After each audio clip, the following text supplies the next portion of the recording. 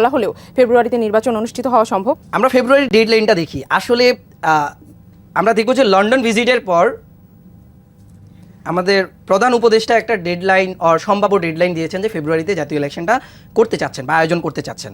ফেব্রুয়ারিতে জাতীয় ইলেকশন করতে পারবেন কি পারবেন না সেটা আমরা পরবর্তীতে দেখব, কিন্তু সেখানে কিছু যদি আমরা কন্ডিশন দেখি, তিনি কিন্তু সেখানে উল্লেখ করেছেন যে তিনি বিচার এবং সংস্কার এই দুইটা দৃশ্যমান করে ফেব্রুয়ারিতে নির্বাচন দেওয়ার একটা সম্ভাব্য ডেট প্রকাশ করেছেন। এখন আমার কোশ্চেন, যদি বিচার এবং সংস্কারটা দৃশ্যমান না হয় সেক্ষেত্রে কি ফেব্রুয়ারিতে নির্বাচন জনগণ মেনে নিবে? জনগণ তো ফেব্রুয়ারিতে নির্বাচনের জন্য উদ্গ্রীব আছে। কেন আছে? এখানে যেই তার কন্ডিশনটা ছিল যে বিচার এবং সংস্কার দৃশ্যমান করেই নির্বাচন দিবে। তবে আমরা আশাবাদী, যদি দৃশ্যমান সংস্কার এবং বিচার দৃশ্যমান করতে পারে তাহলে ফেব্রুয়ারিতে ফ্রি ফায়ার ইলেকশন যদি লেভেল প্লেইং মার্ট যদি নিশ্চিত করতে পারে, জনগণ সেটার জন্য অবশ্যই ওয়েলকামিং করবে। আর যদি কন্ডিশনগুলো ফুলফিল করতে না পারে তাহলে আমি বলবো এই নির্বাচনটা গ্রহণযোগ্য হবে না এবং সেটা জনগণ মেনে নিবে না। তার মানে এখনো নির্বাচন নিয়ে আশঙ্কা রয়েই গেছে। আচ্ছা, আপনি তো জুলাই আগস্টের আন্দোলনে সক্রিয়ভাবে অংশগ্রহণ করেছেন এবং সেই সময় আপনি গুলিবিদ্ধ হয়েছিলেন। আপনার সেই সময়ের কথা একটু শুনতে চাই। 5ই আগস্টের সবচেয়ে বড় যে স্পোর্টটা ছিল যে ঢাকা ইউনিভার্সিটি ক্যাম্পাস কেন্দ্রিক শহীদ মিনার, চানখারপুল, ঢাকা মেডিকেলের এই এরিয়াতে আমি এই এরিয়াতে লিড দিচ্ছিলাম, সাধারণ শিক্ষার্থীদের লিড দিচ্ছিলাম। আমি স্পেসিফিকভাবে গুলিবিদ্ধ হয়েছিলাম জাতীয় যে বার্ন ইউনিট ইনস্টিটিউশন ছিল চানখারপুল মোড়ে, সেখানে গুলিবিদ্ধ হয়েছিলাম। এবং সত্য কথা বলতে যেটা, যে আমি এখন পর্যন্ত কোনো এত বড় ক্ষতি হয়েছে আমার বা এত মেজর ইনজুর্ড হয়েছিলাম, আমি কোনো মামলার প্রসেসে যাইনি। 5ই আগস্ট কখন গুলিবিদ্ধ হয়েছিলেন? তখন সকাল 5ই আগস্ট তো পদত্যাগ করে পদত্যাগ করেছিল। আমাদের শহীদ মিনারের প্রোগ্রাম ছিল সকাল 10টায়। আমরা শহীদ মিনারের যে আমাদের পূর্ব ঘোষিত যে প্রোগ্রাম ছিল, বড় প্রোগ্রাম, যেখানে আমরা সবাই একত্রিত হব, এখান থেকে গণভবনে মুভ করব। তো শহীদ মিনারের প্রত্যেকটা অ্যান্টি পয়েন্ট কিন্তু সেদিন স্বৈরাচার বন্ধ করে রেখেছিল, তাদের বিভিন্ন বাহিনী ব্যবহার করে, বিজিবি, মিলিটারি বিভিন্ন ফোর্স ব্যবহার করে বন্ধ করে রেখেছিল।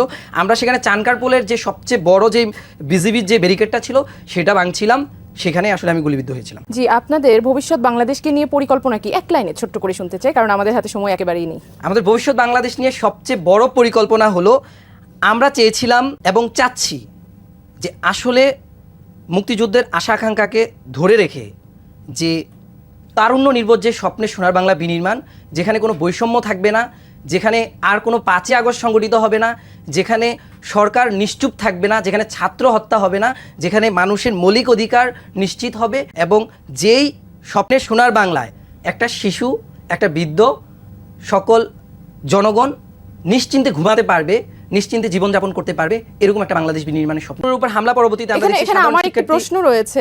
আমার প্রশ্নটি হলো, আপনি চট্টগ্রাম বিশ্ববিদ্যালয়ের কথা বলছেন, তো এখানে দেখা গেল যে অনেক সাধারণ জনগণ কিন্তু হামলা করেছে শিক্ষার্থীদের উপরে। আপনি বলছেন যে স্বৈরাচারের দোষর। এত সাধারণ জনগণ সবাই কি স্বৈরাচারের দোষর? আমরা যদি একবারে স্পেসিফিক একটা পয়েন্ট নিয়ে কথা বলি, জাস্ট দ্যাটস ক্লিয়ার। আমরা ঢাকাতে যখন গণ অধিকার পরিষদের নেতাকর্মীদের উপর হামলা করেছে, সরকার কিংবা স্বরাষ্ট্র মন্ত্রণালয় থেকে বিবৃতি ছিল যে আইনশৃঙ্খলা বাহিনী আইনশৃঙ্খলা পরিস্থিতি নিয়ন্ত্রণের জন্য লাঠিচার্জ করেছে। দ্যাটস মিন সেনাবাহিনী তাদের ম্যাজিস্ট্রেসি পাওয়ারটা ওইখানে অ্যাপ্লাই করেছে। আমরা যদি আলটিমেটলি চট্টগ্রামের ইস্যুটা দেখি, চট্টগ্রাম বিশ্ববিদ্যালয়ের, তখন সেনাবাহিনীর ঊর্ধ্বতন কর্তৃপক্ষকে ফোন দিয়েও পাওয়া যায়নি, সেখানে সেনাবাহিনী পৌঁছায়নি।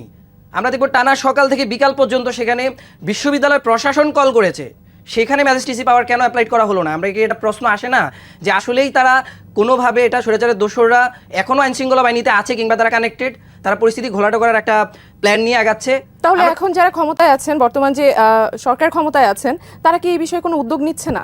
তারা হেল্পলেস, আমরা তাদের কথাই বুঝতে পারছি। আমরা দেখবো যে ডাকসু বিপির নুরুল হক নুরুল হামলার পরে যেখানে তারা অ্যাকশনে যাওয়ার কথা, সেখানে তাদের উপদেষ্টাদের কী বক্তব্য ছিল?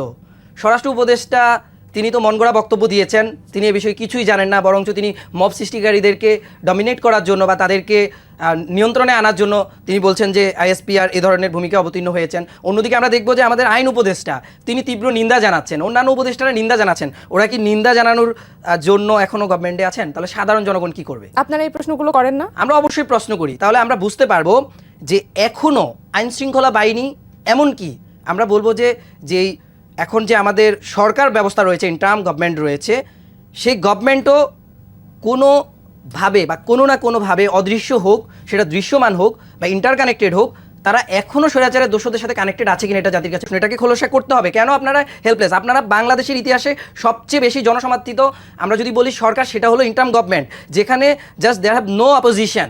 তাদের তো কোনো ভয় থাকার কথা তাদের না। কোনো ভয় থাকার কথা না, কিন্তু তারা নিন্দা কেন জানাবে? তারা অ্যাকশনে যাবে সুষ্ঠু তদন্তের জন্য। আমরা দেখছি পরবর্তীতে অ্যাকশনে কখন গিয়েছে, যখন একটা জনরোষ তৈরি হয়েছে, প্রায় 45টা রাজনৈতিক দল যৌথভাবে বিবৃতি দিয়েছেন, 45টা রাজনৈতিক দল ভয়েস তুলেছেন, তখন আমরা দেখেছি যে তারা বিচারিক কমিশন নিয়ে কথা বলছে। তাও তারা প্রথম দিন একটু যেই আমাদের মেজর যেই পলিটিক্যাল পার্টিগুলো রয়েছে সেই 3টা দলের সাথে তারা